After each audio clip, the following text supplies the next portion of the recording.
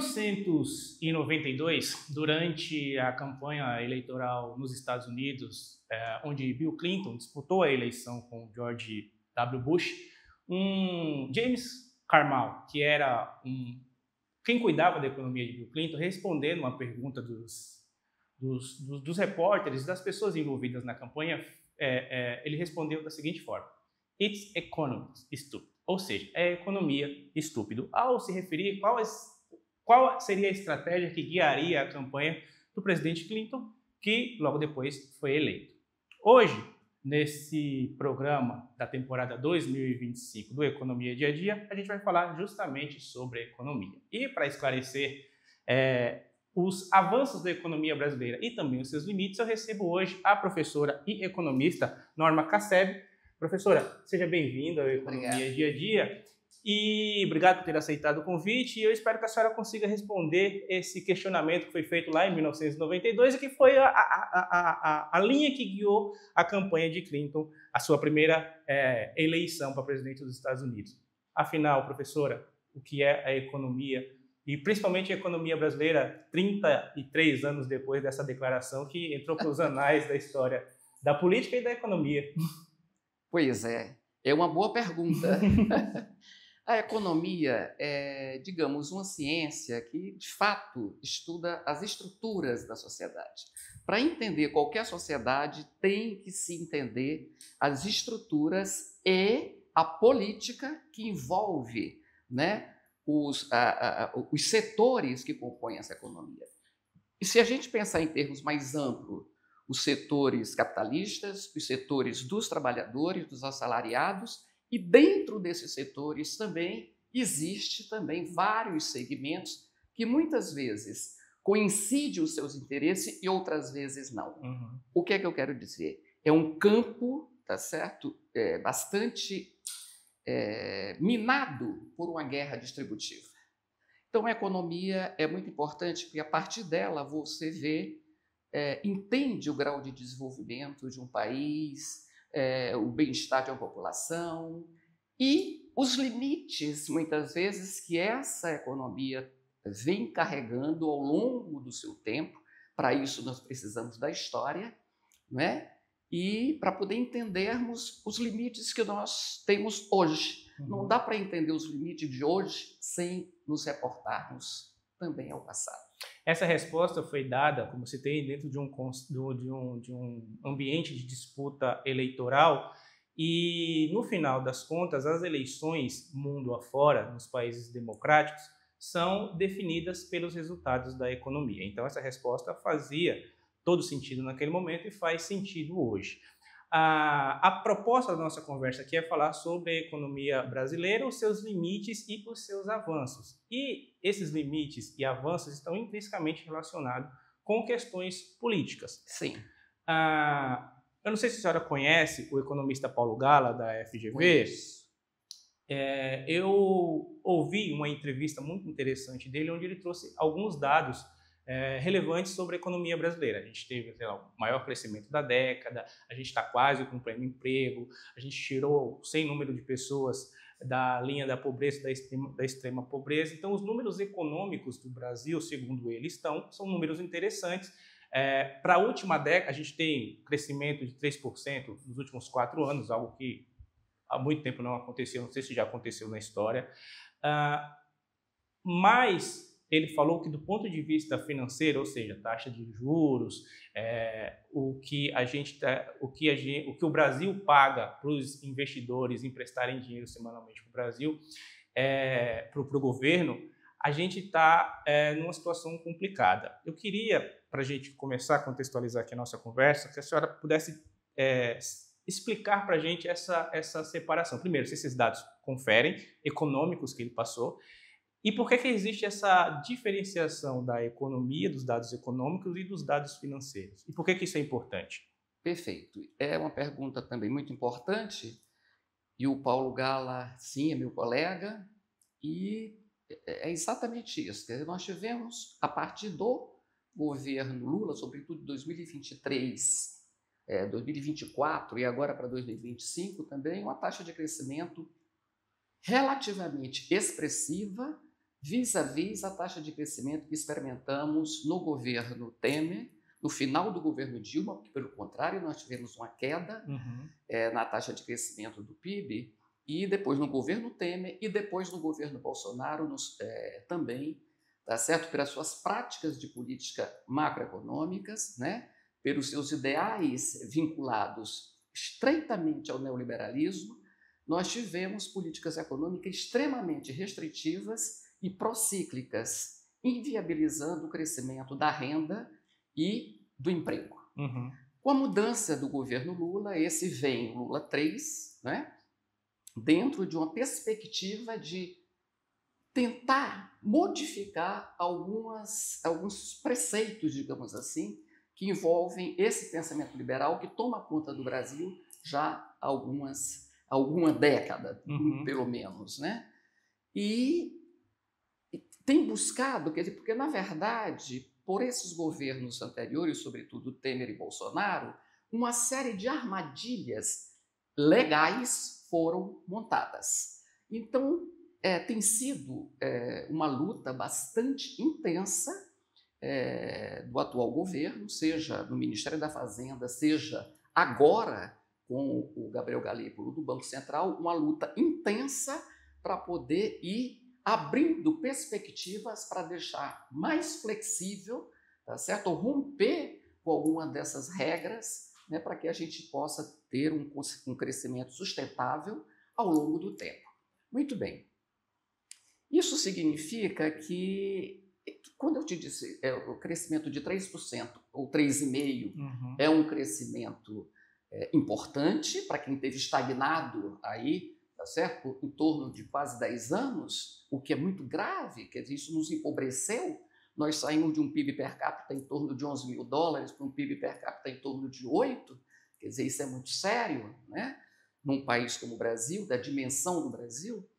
E, por outro lado, nós viemos alimentando, tá certo? Uma especulação financeira brutal.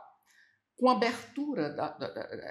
abertura para o livre fluxo de capitais voláteis que nós não tínhamos, sem criar nenhuma restrição, nenhum controle para a saída de volta desses capitais, nós temos até hoje aqui um problema muito sério.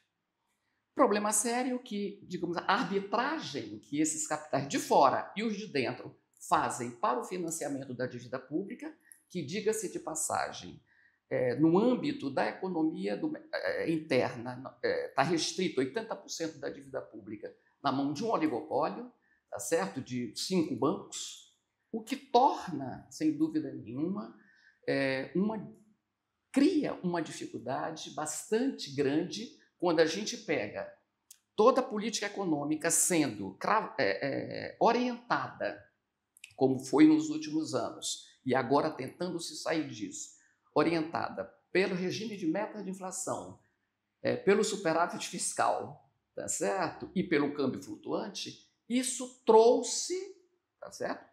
Trouxe para a economia brasileira um movimento de um poder alternativo no âmbito do mercado financeiro impressionante, tá certo? Muito grande. Então, nós criamos um mercado financeiro bastante arrojado, hoje, com apostas, tá certo? Que limitam, muitas vezes, o campo, inclusive, de ação do próprio Banco Central, pelas amarras que foram deixadas, inclusive, no governo Bolsonaro. E aí isso a gente pode conversar um pouco mais. Hoje o Brasil pega, sei lá, 100 bilhões de dólares por semana, com o pessoal da Faria Lima. Eu acho que nós somos o segundo país para esse tipo de especulação.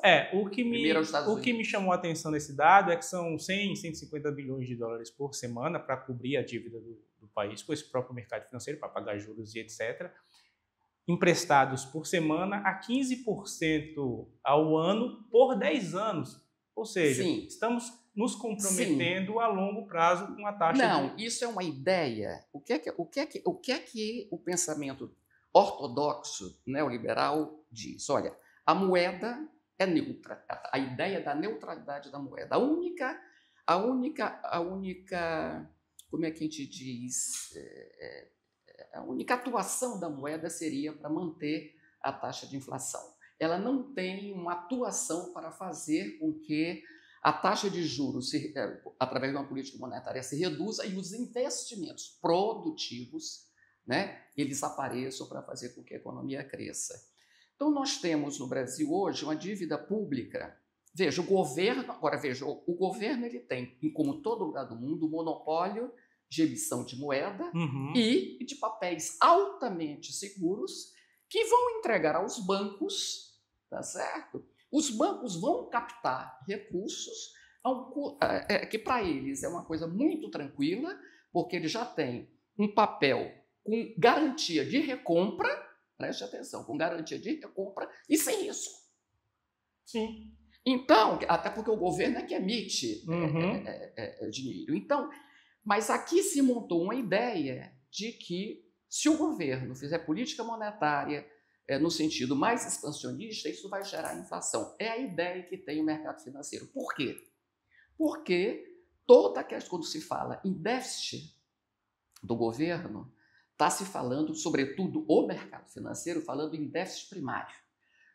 O que é que ele está dizendo? E isso vem dentro de uma concepção microeconômica e não macroeconômica, tá certo? Onde ele está dizendo, olha, a precificação da dívida é feita pelos juros. Se a dívida cresce, os juros têm que crescer mais ainda pelo processo de arbitragem. Não é assim que funciona. Ou não deveria ser assim como não funciona em vários países do mundo. Explica. Por exemplo, nos Estados Unidos, a taxa de juro real, ou seja, a taxa de juro nominal menos a taxa de inflação, ela não pode superar a taxa de crescimento do PIB. Por quê? Porque senão você invalida o crescimento e o desenvolvimento do país, que é esta luta da economia brasileira.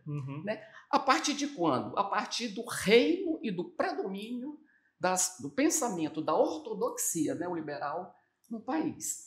Então, a ideia que se monta é a seguinte: o governo tem que gastar, tá certo, aquilo que recebe, portanto, que nem uma família. Isso é um absurdo. Isso não existe na macroeconomia. O gasto do governo é completamente diferente do gasto de uma família. A família, de fato, se ela gasta mais do que ela ganha, ela vai ter que se ajustar à sua renda. No governo, não. Se ele gasta mais, o PIB, a renda nacional, vai crescer, que vai financiar esse gasto. É exatamente o oposto.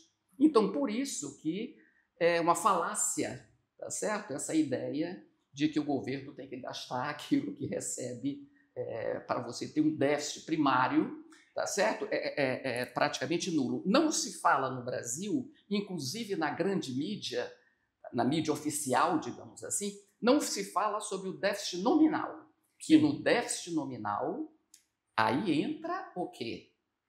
O gasto do governo com a taxa de juros, as transferências do governo para o mercado financeiro. Era essa a minha próxima pergunta. O nosso programa, obviamente, está no Sindicato dos Economistas, o programa chama Economia Dia a Dia. O nosso público primário são os economistas. Então, a gente está conversando aqui para os economistas que depois vão reverberar essa nossa conversa, provavelmente vão criticar o entrevistador por não fazer as perguntas certas e vão elogiar a entrevistada. Mas o nosso conteúdo, eu sempre falo desde o primeiro programa, que é a economia dia a dia, é a economia que impacta na vida das pessoas, portanto, o nosso programa tem que ser feito também para quem não é economista, porque no final do dia é a dona Maria, é o seu José, que vai lá no mercado comprar café a R$30, tá? Então, essas pessoas, elas estão muito acostumadas a ouvir e ler sobre esses termos técnicos, déficit primário, déficit nominal, taxa de câmbio, taxa de juros e etc. Vamos também deixar essas pessoas no mesmo padrão de entendimento para a gente dar um passo adiante na nossa conversa, tá bom? Explica para quem está em casa o que é o déficit primário da dívida pública. O déficit primário é o gasto do governo com saúde, com educação e com investimentos produtivos nas indústrias, nas estradas, enfim. Por exemplo, quando o BNDES empresta dinheiro para a construção de uma fábrica de chinelos. Sim, exatamente. Quer dizer, então, isto é muito importante, sobretudo saúde e educação, mesmo quando ele empresta para viabilizar o meio de transporte para a população. Tá certo? Quer dizer, são gastos do governo que atingem diretamente a qualidade de vida da população. O que acontece quando você quer reduzir esses gastos? a qualidade de vida da população piora. Ok. No entanto, o que são os gastos nominais? Os gastos sociais entram no déficit primário. Os gastos sociais. Hoje, de quanto é o nosso déficit primário? Hoje, o nosso déficit primário... Em relação ao o nosso PIB. déficit primário está praticamente zerado, 0,17%. Porque, embora tenhamos economizado em alguns pontos, mas, por exemplo, no caso do próprio políticas públicas, políticas sociais, foi expandido, por exemplo, a Bolsa Família. Sim.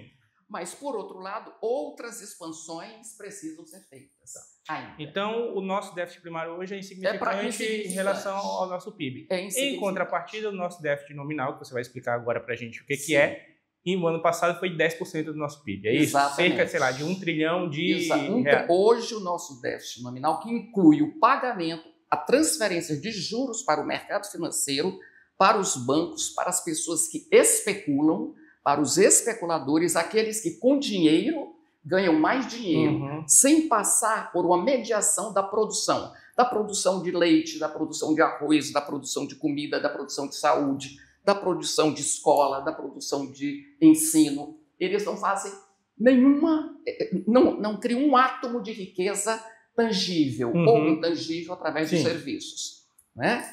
Então, veja, quer dizer, eles ganham simplesmente pelo mecanismo dos juros, da taxa de juros no Brasil, que, aliás, cria um outro problema para a população, que é tornar a dívida da população absolutamente astronômica por um mecanismo financeiro.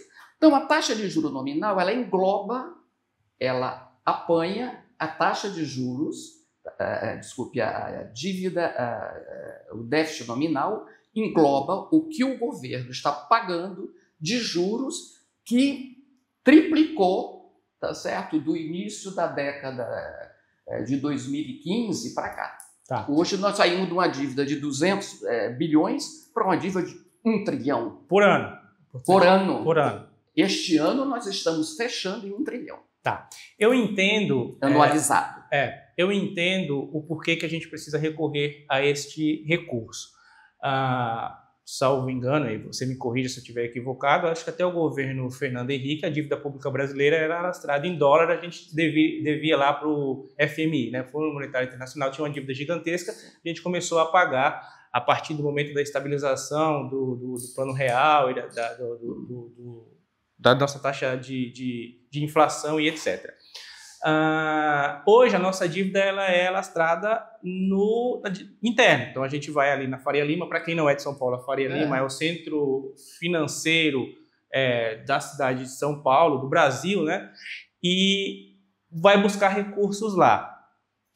Por que naquele momento foi importante desindexar nossa dívida do dólar e trazer aqui para dentro do país? E por que isso passou a ser um problema, já que consome 10% do nosso PIB?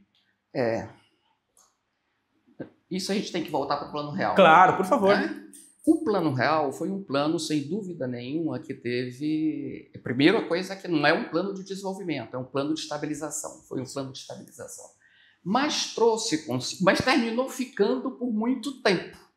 Né? Nós tivemos aí um plano por 4 anos. Nós só vamos ter mudanças em algumas premissas do câmbio já no segundo mandato, no início do segundo mandato do Fernando Henrique.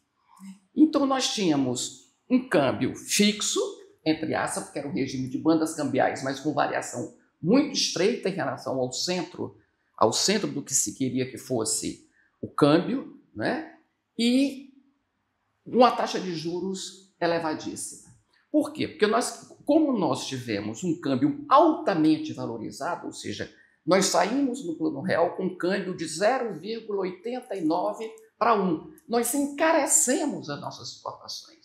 Resultado disso foi uma queda, um déficit brutal no nosso comércio com o exterior, que a gente chama de balança comercial e depois de balança de transações, que envolve outras categorias também de transações. Então, nós tivemos um déficit monstruoso.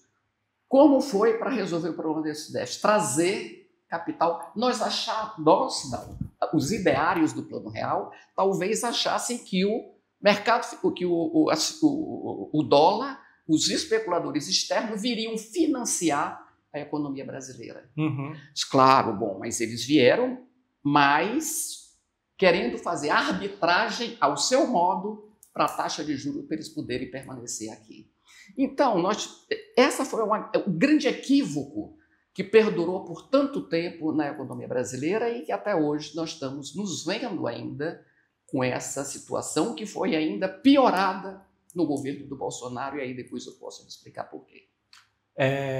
Explica por quê. Então nós caímos, só para completar, no plano real, na armadilha de câmbio fixo. Sim. E valorizado com taxa de juros do céu. Então, nós desindustrializamos uma grande parte, estimulamos a desindustrialização da economia brasileira e passamos a comprar. Isso gerou uma série de desemprego, tá certo? A taxa de desemprego em São Paulo foi a quase 20%, uma coisa absurda, porque nós passamos a comprar da China, que tinha um poder de competitividade muito maior. Por que pensou-se que isso seria interessante? Achou-se que o governo, os empregos iriam ser gerados de outras formas? Que vinha esses recursos estrangeiros em dólar para cá, os investimentos viriam, aterrissariam, tanto equilibrariam a balança de pagamentos, como aterrissariam no setor produtivo, o que elevaria a produtividade doméstica, da produção doméstica, o que não aconteceu. Ou se aconteceu, foi numa escala muito pequena. Então, veja, quer dizer, isso é uma situação que nos deixou uma política, aliás, completamente diferente do que a Ásia seguiu. Nós seguimos uma política de ir ao encontro, nos abraçando com a política neoliberal colocada, inclusive, pelo Fundo Monetário Internacional, pelo Consenso de Washington, etc. A Ásia disse, não, nós não queremos isso. Nós queremos aproveitar a globalização para nos insurgirmos e nos colocarmos na divisão internacional do trabalho, no mercado internacional, com outra dimensão. Ou seja, foram projetos completamente diferentes. Esqueceram de combinar com os russos. Esqueceram de combinar que eles... Então, porque o Estado, a política que veio atrás do Plano Real é uma política neoliberal. Ok? Quer dizer, então, efetivamente, pensou-se na ideia da abertura econômica, o Estado mínimo, as privatizações, não é? Quer dizer, então, tudo isso veio no bojo do pensamento neoliberal que, rigorosamente, nós estamos vendo que nós estamos há quantos anos com uma certa estabilidade, nós não temos hiperinflação nem inflação indo para a casa dos 30%, 20%, e, no entanto, a taxa de crescimento tem sido pífia. Nós chamamos de década perdida a década de 80, que a taxa de crescimento média foi de 2,3%. A década de 80, os economistas chamam de década perdida. A década de 90, que foi a implantação do que a gente estava saindo de um regime ditatorial, passando por um processo de redemocratização. E com a inflação, hiperinflação, troca de moedas. Exatamente, dívida externa que nos tirou a pele, tá certo? Quando os Estados Unidos alavanca a LIBOR, a taxa de juros internacional, nos loga toda a América Latina, que estava endividada em dólar, e tinha se esquecido de dizer que tinha que ser com taxa de juros fixa e não flutuante. Como foi com flutuante, a taxa saiu de uma taxa média de 4% para uma taxa de 20 e poucos, quebrou a América Latina e o Brasil. Então vejam, quer dizer, tudo isso, voltando para a ideia desse arcabouço todo que nós montamos, teve o benefício de trazer a ideia da estabilidade, mas o custo social econômico para o Brasil tem sido monumental. O Brasil vai ter que um dia fazer essa conta. Voltando para a minha abertura, porque esse programa hoje aqui ele vai ser como uma dissertação para o Enem, tá? Uma redação para o Enem. Voltando para o começo, para a minha abertura, quando eu citei a estratégia de Clinton para ser eleito, né? Falando sobre economia. Hoje, os dados econômicos, e aí eu citei alguns e você me confirmou que eles estão corretos, os dados econômicos são excelentes, né? Temos os melhores índices da década. Apesar do crescimento pífio, são os melhores índices. E a dívida que nós temos hoje é uma dívida do mercado financeiro, causada pelo mercado financeiro em consequência de tudo isso que você explicou para a gente. Então, por quê? E aí, o início da minha fala, economia e política. Por que os índices de aprovação do governo hoje são tão ruins? Ou não atingiram os níveis esperados diante dessa melhora econômica que a gente presenciou? O financeiro está influenciando? Por que o financeiro está influenciando na percepção das pessoas? Primeiro, o financeiro ele atua fortemente na mídia oficial. Sim. Tá certo? Porque muitos dessas corporações da mídia oficial, têm uma grande parte dos seus ativos aplicados no mercado financeiro. Então, não tem nenhum interesse efetivo, digamos assim, de queda na taxa de juros. Uhum. Esse é um dos pontos, né? O outro é que nós, até em regras, em leis que foram estabelecidas, nós tivemos, por exemplo, a lei de responsabilidade fiscal, na época do Fernando Henrique, para não ter gasto do governo. Depois nós tivemos o absurdo daquele teto dos gastos. Nós tivemos várias coisas amarrando, tá certo? E que estão sendo desamarradas de uma maneira extremamente cuidadosa, porque envolve um grau de negociação com os lobbies que estão no Congresso, envolve um grau de negociação por parte do Ministério da Fazenda bastante forte e que a população, de um modo geral, muitas vezes não percebe, né? E nós tivemos agora, quer dizer, um impacto, imagine um impacto de inflação significativo, né?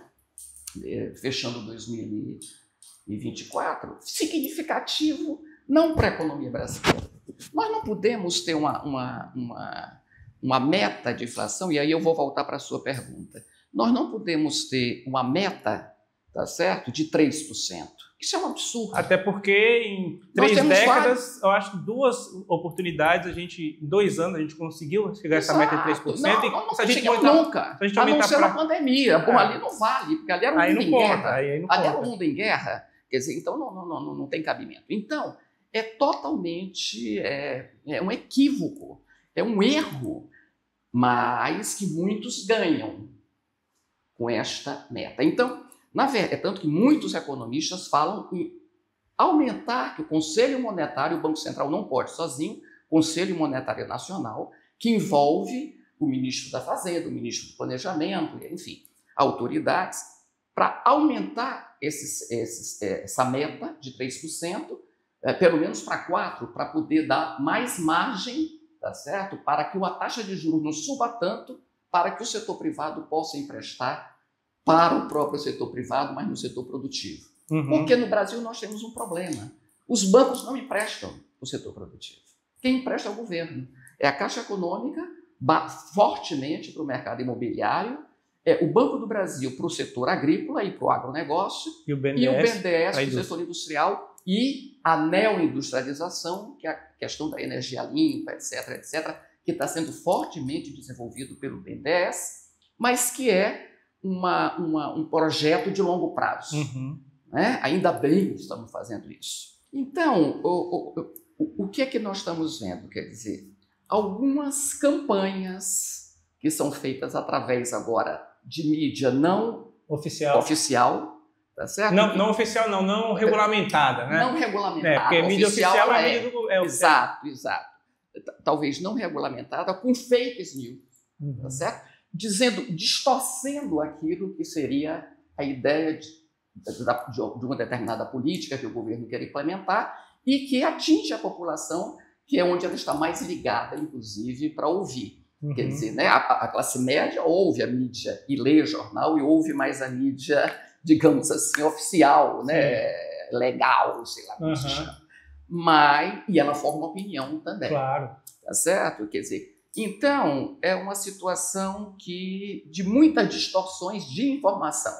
Por isso que é muito importante uma função como a sua, que você está aqui, mas outras que estão lá no governo, no Ministério da Comunicação, para poder explicar para a população tudo o que vem sendo feito e o impacto desses efeitos na própria vida da população. Quem acompanha o Economia Dia a Dia desde a retomada do programa nesse novo formato aqui já deve ter percebido que invariavelmente eu toco na questão da comunicação, eu acho que o governo se comunica muito mal. Exatamente.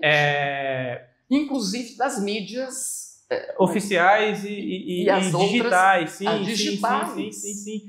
Porque hoje nós ainda temos muita gente elogiando as medidas econômicas e financeiras que foram adotadas por Paulo Guedes e pelo governo Bolsonaro, que conseguiram entregar um superávit mínimo lá no final do seu governo, mas à custa, por exemplo, do desenvolvimento, do crescimento do emprego. Acabou com Minha Casa Minha Vida, acabou com farmácia popular, não pagou as universidades, teve a questão do ICMS dos combustíveis. Então, assim, coisas que, como você falou, estão sendo desamarradas agora, né? Exatamente. As pessoas esquecem que teve a PEC da transição, que, sei lá, 100 e poucos bilhões que precisou votar às pressas no Congresso para poder cobrir rombos deixados pelo governo anterior. Foram muitos limites que esse governo enfrentou. Por exemplo, o Ministério da Saúde estava destruído. Literalmente destruído. Quer dizer, que é onde nós temos lá o SUS. Quer dizer, então, que é um programa fenomenal. É referência para o mundo inteiro em termos de assistência à saúde. Pública, gratuita, né? E, então, quer dizer, toda essa situação, outra armadilha também bem colocada, foi a ideia de se colocar a independência do Banco Central com 2 anos no governo Bolsonaro e 2 anos pegando o governo Lula. Quer dizer, sem ela começar e terminar dentro de um governo. Isso trouxe uma série de consequências, de dificuldades, tá certo? Para o manejo também da política monetária. Por quê? Por causa da escolha do presidente que foi feita, porque assim, foi um presidente que totalmente alinhado às ideias neoliberais. Pode ter tido os seus méritos em um ponto ou outro, mas que durante o exercício da sua função participava de eventos e se colocava à disposição para ser ministro de um possível governo futuro. Então, bem, São Paulo. Uma postura bem problemática. Bem problemática, quer dizer, ele mesmo se colocava explicitamente, tá certo? Como foi o caso do jantar que veio aqui com o atual governador. Então, quer dizer, e ali nós tivemos, quer dizer, uma situação de um câmbio que ele foi estimulando para esse câmbio ir. Então, assim, perdão, professora, eu entrei nesse mérito do Campos Neto, mas, assim, é problemático ter 2 anos em um governo e 2 anos de outro. Sim. Por causa da escolha de quem foi feita ou pelo modelo em si? Por causa da escolha que foi feita e por causa das regras que estão colocadas para que o presidente do Banco Central vai conduzir junto com o Copom, sobretudo se ele tiver maioria. Então, quer dizer, isso... Nós não fizemos nenhuma intervenção na época do Campos Neto, que foi até o final, até agora um dia desse, mas por exemplo, no câmbio. Era para ter feito uma intervenção imediata, porque isso daí ia repercutir na questão da inflação. Não foi feito em dezembro? Não, foi feito depois com o Galípolo. Entendi. Só quando o Galípolo assume que não pode mexer diretamente na taxa de juros, dado este cenário que nós já discutimos do mercado financeiro, que, aliás, o mercado financeiro faz as projeções sobre os fundamentos macroeconômicos de crescimento do PIB, de taxa de inflação, de taxa de desemprego, e tem errado nos últimos 3 anos 95% das projeções. Sim, o UOL fez um levantamento incrível sobre isso, 95% de erro. Mas se vem seguido rigorosamente isso. É como se o PIB potencial do Brasil fosse algo... que se partisse exatamente das projeções do mercado financeiro através do Boletim Focus. É que assim, emprestando dinheiro a 15% ao ano, é fácil errar, né? Porque a sua margem está garantida. Pois é, exato. Mas o problema é o seguinte, ainda assim... É fácil errar, não, desculpa. A não nossa é tão problemático. Agora, vamos pegar um outro aspecto. Quer dizer, então, o que é que acontece? Quando ele não fez a intervenção no câmbio, pressionou a inflação, que nós estamos com repercussão até hoje. Tá certo? Quer dizer, o Brasil é um exportador de commodities. O Brasil voltou a ter característica na sua pauta de exportação que tinha na época colonial. Guardada as devidas proporções já de desenvolvimento tecnológico, no agronegócio, mas ele é voltado para... O produto é outro, mas a forma de fazer pode ter se modificado, mas agora nós estamos disputando Quer dizer, a população, a dona de casa, está disputando com o mercado internacional os alimentos que aqui são produzidos. Sim. Isso é uma coisa muito grave se eu tenho uma taxa de câmbio que favoreça muito as exportações. É por isso que, novamente, a Dona Maria e o seu José... É por isso que nós vamos ter aqui. Esta é a razão. É por isso que a Dona Maria e o seu José estão comprando uma cartela de ovo a R$35. Exatamente. Por quê? Porque a doença aviária nos Estados Unidos, tá certo? Terminou puxando a exportação daqui para lá. Nós transferimos esse produto e os meios de milho e tudo para lá, e resultado chegou uma pressão nos ovos, a mesma coisa, problema de café, que ainda pegou na entre-safra. A principal explicação, portanto, não é porque a população está comprando muito que os preços estão subindo. De jeito nenhum.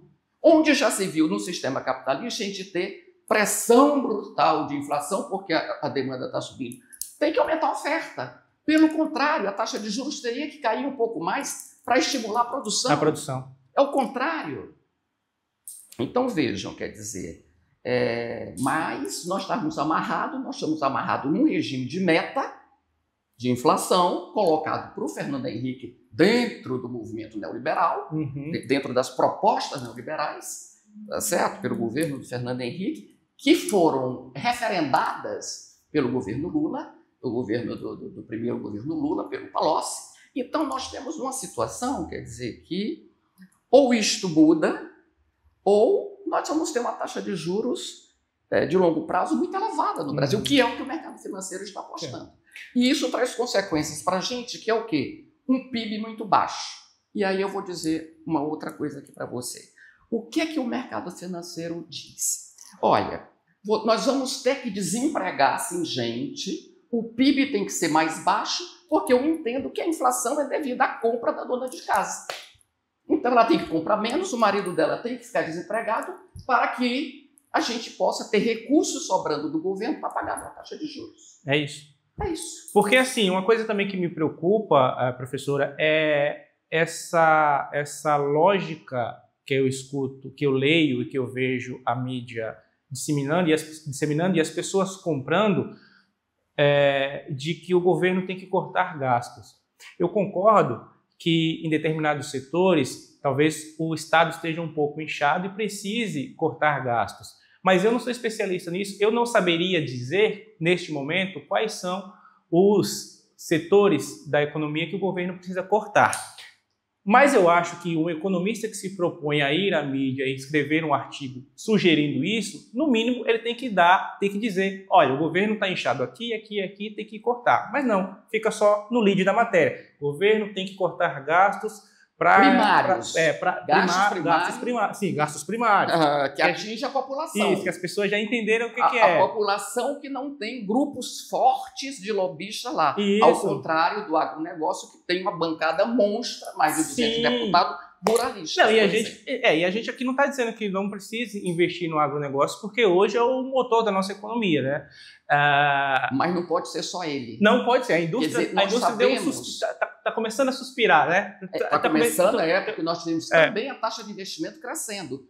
Tudo isso a partir de onde? Da política do governo. Então, esse é o drama. Com essa taxa de juros que nós temos aí, fica muito, a não ser através via os programas do governo que você pode emprestar para o setor privado. É isso. E aí, assim, cortamos gastos, mas de onde? Exatamente. Quer dizer, nós temos, enfim, deixa eu te dizer, gasto do governo para ser cortado não pode ser os primários, que nós já sabemos. Nós podemos até fazer algum ajuste. É claro que nós não podemos... Claro, se dá para se tornar mais eficiente... Pagar aquilo que não existe, ou para quem não está realmente recebendo. Isso não é possível, quer dizer, como está sendo feita agora uma checagem enorme para os destinos, por exemplo, do gasto social. Uma checagem enorme, entre aspas, né? Porque o Congresso resiste. Agora, o Congresso chegar lá, pois é, nós temos um Congresso, tá certo? Fortemente, digamos assim, de cunho conservador, onde ele pensa fundamentalmente nos interesses próprios e nos interesses eminentemente da sua eleição. Sim. Então, isso contraria, tá certo? Muitas vezes, essa possibilidade de o governo atuar de uma maneira até mais consistente, porque chega no Congresso, o Congresso barra. não é? São 50 bilhões que o Congresso tem todo ano. Há pouco tempo, o próprio ministro Haddad estava falando, olha, nós temos que abrir esse pacote, essa caixa preta de 200 bilhões de reais para incentivos fiscais que não estão trazendo os devidos benefícios que deveriam trazer para a sociedade. São 200 bilhões. Então, isso precisa ser aberto. Ainda bem que ele falou isso. Agora, precisamos abrir. Precisamos abrir. Se ele tivesse insistido nisso, talvez o arcabouço fiscal e a reforma tributária não tivesse sido aprovado. Aí nós temos ali os lobbies, tá certo? Que não permitem, que aí entra nas negociações, porque a economia é economia política. Agora, professora, partindo para o final, a gente já fez a nossa introdução, seguimos para o nosso desenvolvimento, agora vamos para a conclusão da nossa redação ao longo desse nosso bate-papo. Quais foram os avanços da economia brasileira dos últimos anos, desde o início desse Plano Real? Olha, os avanços... Fim da hiperinflação. Eu acho que foi a ampliação das políticas sociais no Brasil. Estabilização da moeda. De certa forma, uma contenção inflacionária, de alguma forma, né? Porque isso também reduz o salário real. Agora, ultimamente, nós temos uma reforma tributária, que é muito importante. Sem isso, nós não vamos caminhar para lugar nenhum, que poderia até ser mais ampla, porque nós não conseguimos ainda passar a tributação sobre lucros e dividendos, tá certo? Coisas que nós temos ainda aí uma série de penduricalhos que precisamos cortar, mas já avançamos muito na reforma tributária através de um esforço fenomenal, tá certo, do Ministério da Fazenda, né, para que isso possa, que já vai começar a ser implementado a partir de 2026. Uhum. E uma ampliação também das políticas sociais, o salário mínimo que teve ganhos reais, que não teve na época do Bolsonaro, nem na época do Temer, muito pelo contrário, então estava super achatado, que voltou a crescer em termos reais, agora nós tivemos 7,5% de crescimento do salário mínimo, então nós temos, e essa mexida mais estrutural, mesmo com dificuldades que o governo está fazendo. Então eu acho que essas são, e mostrando para o Congresso que ou isso acontece, ou nós não sabemos para onde nós iremos. Como nós queremos ir para o rumo do desenvolvimento, né? Então nós temos algumas boas notícias, mas que para o povo enxergar diretamente ainda não são tão óbvias. E quais são os limites da economia brasileira?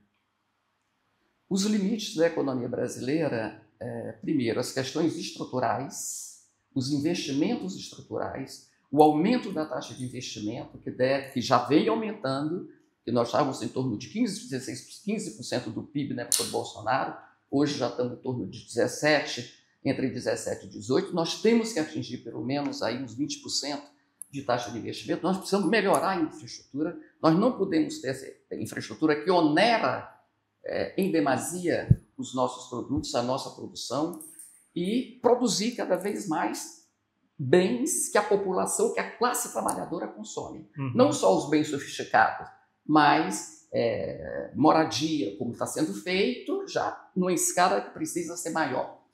Transportes, alimentos, nós precisamos produzir mais alimentos e entrarmos, como já falei aqui, o Guilherme Mello já anunciou, numa entrevista que deu grande aí na Globo News, uma série de mecanismos, inclusive nós temos que recuperar rapidamente as políticas de estoque regulador de alimentos, tá certo? De outros produtos, para poder fazer uma intervenção no mercado quando os preços subirem.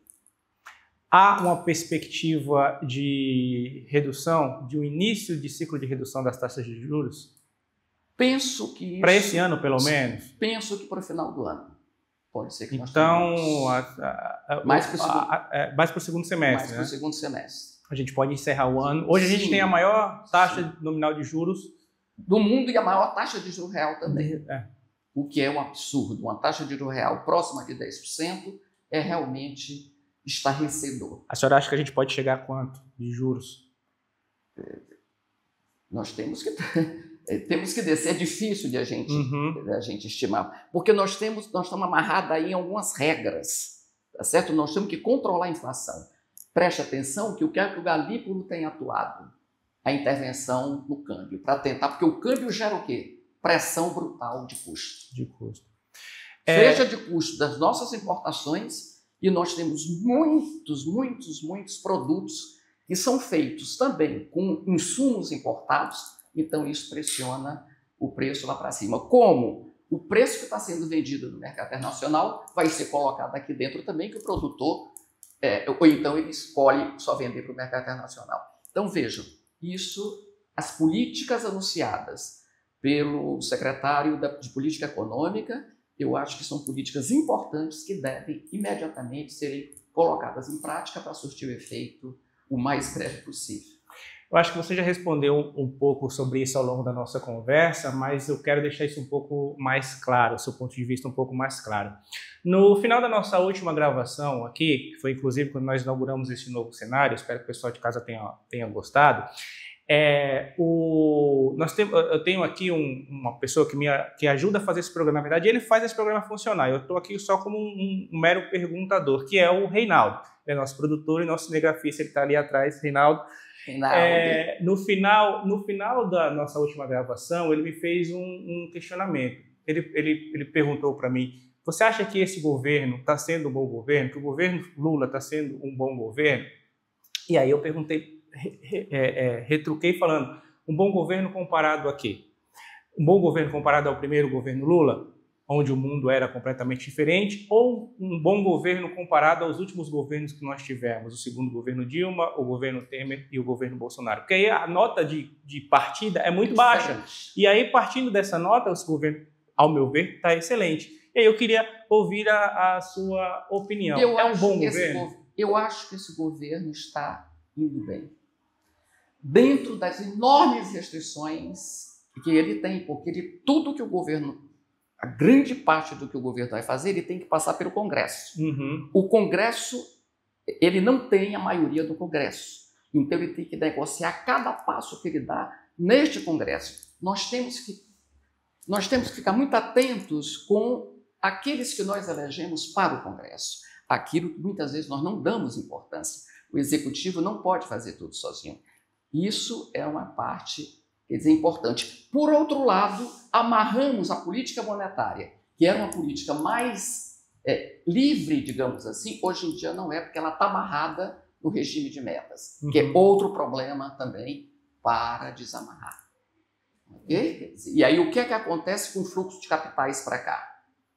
Essas são várias questões que apontam para a enorme dependência que foi construída ao longo desse tempo, desde o Plano Real, a grave dependência, inclusive financeira, da economia brasileira. E aí, para a gente encerrar, quando que a população, que o Reinaldo e a população de uma forma geral vai começar a ter a percepção de todas essas melhoras que a gente citou aqui ao longo dessa nossa conversa? Olha, eu acho que a população, eu precisaria pensar um pouco mais, talvez a população de alguma forma tenha um pouco dessa percepção a despeito dos indicadores da pesquisa, que a última foi feita no auge do recrudescimento da pressão inflacionária em cima de alimentos. Uhum. E os alimentos pesam de uma maneira muito forte na cesta de consumo da população, sobretudo da população de baixa renda. Então, ali pegou exatamente nesse momento. Então, nós precisamos ouvi-las um pouco mais para frente para entendermos melhor essa sua questão. Mas tem uma outra coisa que eu queria, só para completar. Por favor. O neoliberalismo, ele vem mudando também a subjetividade dos indivíduos dentro do sistema capitalista. Quer dizer, as políticas econômicas começaram a ficar muito diferentes nos países centrais, os países desenvolvidos, aliás, o Trump até com medidas protecionistas, Uhum. É outra história. Que estão sendo aplaudidas, pelo menos pela população, por enquanto.